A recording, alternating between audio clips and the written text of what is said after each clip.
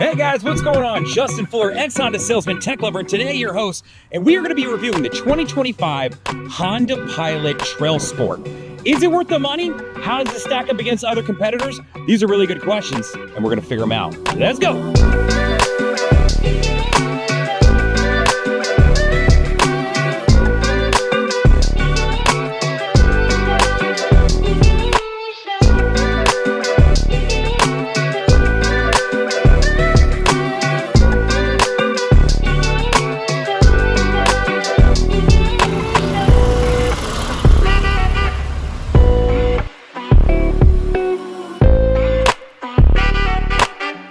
So let's talk about what's underneath the hood. So I'm gonna pull you on in. So you are looking at a 3.5 liter V6 engine putting out 285 horsepower.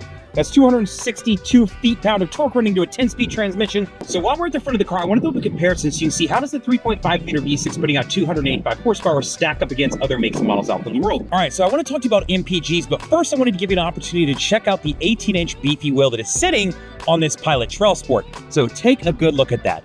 Now, let's talk about MPGs. In the TrailSport, you are getting 18 in the city and 23 on the highway. Depending on the trim, you may get 18 and 23, or you may get 19 and 25. Understand that two-wheel drive, all-wheel drive, and trim level, depending on the weight of the vehicle, can affect those things. But while we're here, I want to throw something on the screen so you can see how does the 18 and 23 in this specific vehicle stack up against other makes and models out there in the world. No better place in the front of the vehicle to talk about 0 to 60 times. So this vehicle, specifically the TrailSport, goes from 0 to 60 in 6.9 seconds. Now, depending on the trim level, you may get 6.9 or the Elite gets 7.2. But I want to throw something up on the screen so you can see how does the 6.9 second 0 to 60 time in this vehicle stack up against other makes and models out there in the world. So the ground clearance on the TrailSport is 8.3 inches. I want to throw something up on the screen so you can see how does the 8.3 inches on this vehicle stack up against other makes and models out there in the world. While that's up, I'll just remind you, if you jump to the other trims, you are looking at 7.3 inches. So understand, based off the suspension, you're going to lose an inch depending on the trim level that you pick in this vehicle. So let's talk about front row leg space. In the front row of this vehicle, you're going to have 41 inches of leg space to work with. So if I hop on up here and scoot this sucker all the way back, I have got quite a bit of legroom. I'm a 6 foot, 250 pound guy, so I'm a little bit bigger. I got plenty of space to work with. So if you find yourself living at those NBA heights, you should be just fine. So I want to throw a comparison up so you can see how does the 41 inches in this vehicle stack up against other makes and models out there in the world. While that's up, I just want to remind you, if you drop back 1 year, it'd be the exact same dimensions as far as leg space goes. Now, depending on the trim level of the Honda Pilot that you pick, is going to affect the interior. You may have a cloth interior, you may have a leather interior, you may have leather interior with orange stitching, you may get the TrailSport badging. So I want you to understand there are different levels of interior depending on the trim level. Inside of the TrailSport, it's going to be a leather interior with the orange stitching and of course the TrailSport badging as you would expect. So let's talk about second row legroom. So in the second row of this vehicle, you're going to have 40.8 inches of leg space. Now these seats are of course adjustable. When I hop here, I have the seat pushed all the way back. So in the fullest back position, I can still fit myself in as that 6-footer.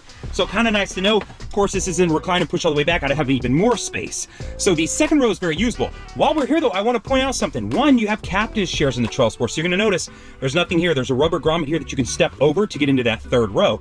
If you're looking for like a full seat here, you may want to go to a different trim. Understand the different trims are going to either offer a bar seat or the captain's chairs. Now, while we're in the second row, of course, I want to point out a couple amenities. One, you do have air vents. That's important. I live in Austin, Texas. It gets hot. We're already at those hot temperatures. You do have air controls as well. Kind of nice to know that you could plug anything in if you needed to, and of course, you could charge your devices. All right, guys, so let's talk about the third row. I've climbed back here to show you 32.5 inches of leg space. It's tight, but usable. I've got this seat set to about the middle, and I can fit behind it. So it's not one of those third rows where you got to sit diagonal and put your feet over there, and one adult can fit back there. You could put two adults back here. However, I wouldn't want them to be older folks. Of course, you have the ability to climb through here, or you can, of course, press the button to be able to get out here as well.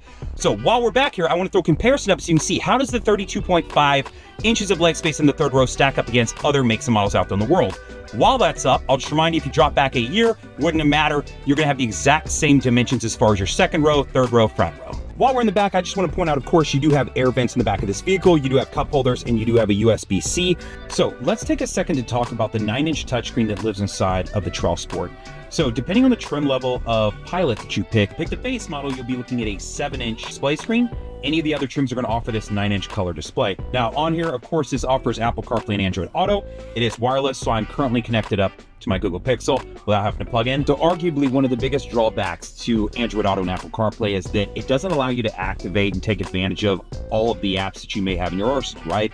Things like YouTube TV, things like Netflix, all these different apps. So you may be noticing that I've got a little bit different display here, and then when I go into my apps, I've got some things that you don't have available, like the Play Store, where I can go download anything I want. YouTube TV, I had Prime, I've got Netflix, all these different things. And you may be saying, hey, how are you doing this? This is the box right here. So this way you can see the back of the box, and that's the model number. Now how this box works. So this box basically turns your head unit into a tablet. But to make it work, you've got to do a couple things. One, you got to go into the settings, you got to go to Wi-Fi and allow this to connect to data. So what I do is I allow it to connect to the hotspot on my phone. So you come in your phone, you turn your hotspot on, you go find it, and then you connect. From there, it then allows you to use this unit, right? So this is where I can come in and say, hey, I want to go into the Play Store and I want to go download any app that I want. I really like this box. If it's something you're interested in, I'll throw a link down in the description. Check it out. It's a really cool box. This box becomes really worth it if you're taking like a long drive, or if you just listen to a lot of music while you're driving around and you want to be able to get through this a little bit easier. So if you're shopping mid-size SUVs, chances are cargo space is going to be important. So let's talk about that for a second. So I want to pull you in, but the first thing I want to point out is, of course, you do have a power tailgate. So understand on the TrailSport model, you will have that. It's available to you. Now, when it comes to cargo space, the first thing I want to point out is your dimensions. You have 18.6 cubic feet of cargo space back here. You need to throw a gym bag, you need to throw a carry-on or maybe two upright, you absolutely could do it. But understand you can affect that spacing. First thing you can do, you have hidden storage. So if you wanted to hide something that wasn't visible through the back window, kind of nice to know that you have that. Additionally, you can take this, drop it down in, and create a deeper well of space to use. So kind of nice to know that you can do that as well. Versatility is key when it comes to the back of this thing. Check this out. I can also, if I don't break it, flip this around, throw it in here to where the plastic side is facing down. So if I had wet belongings, I could make sure they don't get the carpet wet, or same thing. I can lift this up, put it here, and now I've got the plastic side facing this way. So let's talk about cargo space when you throw the third row down. If you throw this third row down, you now got 48.5 cubic feet of cargo space in the back of this vehicle. What I like about this is it's very flat and very usable depending on your need.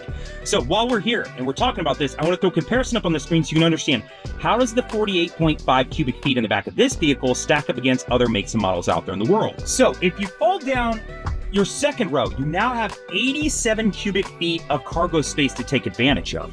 It's very flat, but the one drawback to this is that you've got this enormous gap right here. So if you wanted to go camping in this vehicle, you might want to throw a board down, or you might want to fill in some gaps. I know they make things up here that are inflatable that you can fill it in. However, this you would probably need to figure out. Now, this is just one of the parts of my job that's kind of enjoyable, you know? If you're wondering, can I lay perfectly straight as a 6-footer and fit back here and still have headroom? Absolutely, you do. So let's talk about the steering wheel. I always like to look at a steering wheel to understand how busy or not busy it is. So the steering wheel controls on the left are actually going to control the digital screen that's on the left. Now on the right side, you have an analog display. If you're looking for full digital, you might want to consider the new 2026 Honda Passport. It's got a full digital display, which is actually kind of nice. If you haven't seen that video yet, I've reviewed that vehicle and made a tips and tricks video on it, so check that out. I'll throw a link in the description. So let's quickly walk through some buttons. On my home button, if I select this, I've got a roller here. When I go to that roller, I can roll through all these different options. So all-wheel drive torque distribution. This is kind of nice to know if you don't know much about all-wheel drive. This will let you show when you're driving in two-wheel drive versus all-wheel drive. Second under that, seat belts. This is a warning system that appeared in the vehicles a few years ago. It'll show you, of course, but also everyone else in the car. So if you have little ones, you need to make sure they have their seat belts on. This is a quick and easy way to check it. Maintenance, we all know how that works. It'll give you an indicator when you're below 15%. Tire pressure, you can hop in here. It'll not only show you the tire pressure, but it'll show you per each tire. Kind of nice to know in previous gens of vehicles for Hondas, it would just tell you that a tire was low, but not which tire, or of course, what the air pressure was in it.